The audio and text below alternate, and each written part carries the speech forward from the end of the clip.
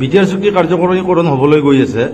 এই বিটিআৰ চুক্তি যদি কাৰ্যকৰীকৰণ হয় তেনেহ'লে বড়ো আৰু অনাবড়োৰ মাজত কি সংঘাতৰ সৃষ্টি হ'ব নেকি? কিয়নো সময়ে সময়ে মানে অনাবড়ো গাঁও কৰ্তনৰ প্ৰশ্ন উত্থাপন কৰি আহিছে সাংসদ হীৰা হৰণকে ধৰি বিভিন্ন দল সংগঠনে। এই ক্ষেত্ৰত কি ক'ব? চাওক, বড়ো অনাবড়োৰ সংঘাতটো BPF আৰু হীৰা হৰণীয়া ডাঙৰীয়া MP এই দুইজন ব্যক্তিয়ে বিচাৰে। হাগ্ৰামা মহিলাৰীয়ে সংঘাত হ'লে ভাল পায়, হীৰা হৰণীয়া ডাঙৰীয়া সংঘাত হ'লে ভাল পায়। আৰু আমি UPPL দল হিচাপে বা মই ব্যক্তিগত হিচাপে যি চুক্তিৰ স্বাক্ষৰকাৰী হিচাপে এই চুক্তিত এনেকুৱা এটাও দফা নাই যিটো নেকি কোনোবা জাতি জনগোষ্ঠীক মানে ক্ষতি কৰিব। এই চুক্তিটো সকলো জাতি জনগোষ্ঠীক লাভান্বিত কৰিব।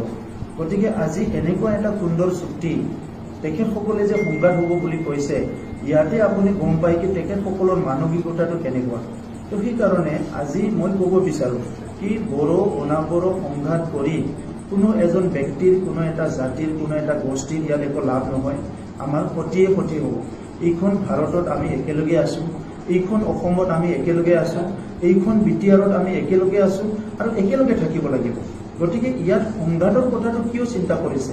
ইয়াত শান্তিৰ কথা চিন্তা কৰক, উন্নয়নৰ কথা চিন্তা কৰক, ঐক্যতাৰ কথা চিন্তা কৰক। সকলো জাতি ধৰ্মৰ লোক নিজৰ ভাষা সংস্কৃতি অস্তিত্ব লৈ স্বাভিমান লৈ জীয়াই থকাৰ কথা চিন্তা কৰক। এইটো নকৰি পেলাই আজি কিছুমান ব্যক্তিয়ে খালি সংঘাত হ'ব, সংঘাত হ'ব, সংঘাত হ'ব। সংঘাতটো কিয় হ'ব? কিয় লাগে আপোনাক? আপোনাকতো শান্তি লাগে না? শান্তিৰ কথা কওক। আজিলৈকে হীৰা হৰণীয়া ডাঙৰীয়া শান্তি লাগে বুলি একদিন কৈছেনে আমাক শান্তি লাগে? হাগ্ৰামা মহিলাৰ ডাঙৰীয়া একদিন কৈছেনে আমাক শান্তি লাগে, আমাক একতা লাগে? সমাজখন কিয় ইমান মানে ভাঙি চিঙি শেষ কৰিব বিচাৰিছে? এইটোতো একো ভাল কথা নহয়। গতিকে আজি তেনেকুৱা শক্তিবিলাকে এই সময়ত এটলিষ্ট মই ভাবোঁ কোনো এটা এনেকুৱা কাম কৰিব নোৱাৰিব য'ত পুনৰ সমাজত এনেকুৱা ক্ষতি হ'ব।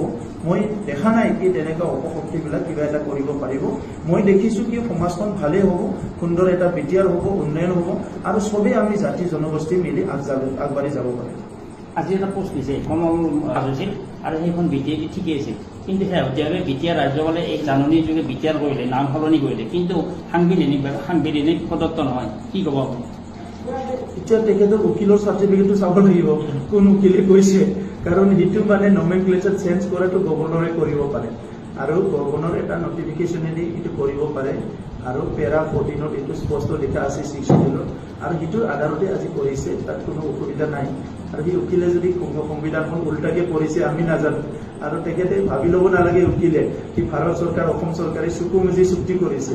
অসম চৰকাৰ ভাৰত চৰকাৰৰ IAS অফিচাৰবিলাক দাড়ি কমা চাই পেলাই চুক্তি কৰিছে, আৰু ইয়াৰ কাৰণে আমি 1 বছৰ 1.5 বছৰ মূৰ ঘমাব লগা হৈছে। গতিকে আজি উকিলজনে যদি তেনেকৈ কিবা সংবিধানত পাইছে এইটো মইতো নাজানো, এই উকিলৰ ওপৰত নিৰ্ভৰ কৰিব। কাউন্সিল গঠনৰ প্ৰক্ৰিয়া যেতিয়াৰ পৰা চলিছিল তাকে লৈ BPF দলৰ মাজত সংঘাতৰ সৃষ্টি হোৱা দেখা গৈছে। এতিয়াও মানে যথেষ্ট সংঘাত চলি আছে, এই সম্পৰ্কে কি ক'ব? সেইটো কথাই মই আপোনাক স্পষ্ট কৈ দিলোঁ কি BPFে বিচৰা নাছিলে কি নতুন এটা কাউন্সিল গঠন হওক। এই অঞ্চলৰ বড়োসকলৰ ভাষা সংস্কৃতি কি হয় নহয়, ৰীতি নীতি কালচাৰ আইডেণ্টিটি কি হয় নহয়, এইটোক লৈ পেলাই BPF কোনোদিনে চিন্তিত নহয়। কাৰণ সেইকাৰণে আজি 4,90,000 বড়োসকলক সদায় তেখেতসকলে ইউজ কৰি আহিছে। কেতিয়াবা কৈছে কংগ্ৰেছক ভোট দিয়ক, কেতিয়াবা কৈছে AGP ভোট দিয়ক, কেতিয়াবা কৈছে BJP ভোট দিয়ক। কিন্তু সেই অঞ্চলৰ জনসাধাৰণৰ যে উন্নয়ন লাগে, সেই অঞ্চলৰ জনসাধাৰণৰ যে ভাষা সংস্কৃতি উন্নয়নৰ কিবা এটা পেট্ৰনাইজ লাগে, এই কামখিনি BPFে কৰা নাই। আৰু সেইটোক লৈ পেলাই তেখেতসকলৰ যিটো সংঘাত হৈ আছিলে, আৰু ইমান বছৰে সেই ৰাইজে এই তেখেতসকলৰ কথামতে চব কাম কৰি আহিছিলে, মানি আহিছিলে। আৰু আজি যিটো দেখিলে কি BPFে অকল নিজৰ স্বাৰ্থতে কাম কৰে, এইটো দেখি পেলাই এইটো মানে চবে মানে অতিষ্ঠ হৈছে। আৰু সেইকাৰণে তেখেতসকলে আজি বিভিন্ন দলত যোগদান কৰিবলৈ বাধ্য হৈছে। আৰু এইখিনি সময়তে আপোনালোকক এটা স্পষ্ট কথা কৈ দিব বিচাৰিছোঁ, আজি চব এই মূল খেলৰ নায়কটো হ'ল চন্দন ব্ৰহ্ম। চন্দন ব্ৰহ্ম ডাঙৰীয়া NDAPক দুভাগ কৰিছে। চন্দন ব্ৰহ্ম ডাঙৰীয়া WBT মন্ত্ৰী হৈ জনজাতিসকলৰ উন্নয়নৰ একো কাম কৰা নাই। বহুত পইচা তেখেতসকলৰ ডিপাৰ্টমেণ্টে আত্মসাৎ কৰিছে। বহুত জাতি জনগোষ্ঠীয়ে আশা কৰিছিলে কি ট্ৰাইবেলৰ উন্নয়ন হ'ব, এই ট্ৰাইবেলৰ উন্নয়নৰ কামটো চন্দন ব্ৰহ্ম ডাঙৰীয়াই কৰা নাই। আৰু ইয়াৰ লগতে বড়ো কছাৰী অট'নমাছটো কাউন্সিলটো সৃষ্টি নকৰি পেলাই তেখেতে আজি বড়োৰ মাজত ডিভাইড এণ্ড ৰুলটো কৰিলে আৰু ইভেন ভিতৰ চৰৰ কথাটো যদি ক'ব লাগে আজি তেখেতে বিশ্বজিতক আউট কৰি ইমানুৱেলক আউট কৰি আৰু বহুত লিডাৰ BPF এৰিব সেইখিনিক আউট কৰি হাগ্ৰামা মহিলাৰ প্ৰতিশোধ ল'ব বিচাৰিছে কাৰণ যোৱা মন্ত্ৰীসভাত ইয়াৰ আগতো বহুত ঘটনা আছে মই আপোনালোকক ক'ব বিচৰা নাই বিশেষকৈ যোৱা মন্ত্ৰীসভা যেতিয়া আৰম্ভ হৈছিলে 5টা বছৰৰ আগত 4টা বছৰ আগত এই সময়ত BPFৰ পৰা দুজন মন্ত্ৰী প্ৰথমতে পাইছিলে এইটো প্ৰমীলা ৰাণী ব্ৰহ্ম আৰু ৰিহুল দৈমাৰী কিন্তু চন্দন ব্ৰহ্ম এজন প্ৰতাপী শক্তিশালী বুলি নিজকে মানে গম পায় তো তেখেতক হাগ্ৰামা মহিলাৰী ডাঙৰীয়াই মন্ত্ৰীত্ব দিয়া নাছিলে ইভেন আমি শুনিছো তেখেতক টিকিটো দিব বিচৰা নাছিলে তো সেই সময়ত মানে তেখেতৰ দলৰে কিছুমান মানুহে টিকিট দিবলৈ হাগ্ৰামা ডাঙৰীয়াক বাধ্য কৰালে টিকিটো দিলে কিন্তু মন্ত্ৰীটো দিব ইচ্ছা নাছিলে সেইকাৰণে হাগ্ৰামা মহিলাৰী ডাঙৰীয়াও তেখেতক মন্ত্ৰীটো দিয়াত কোনো বাধা দিছে আৰু চন্দন ব্ৰহ্মইও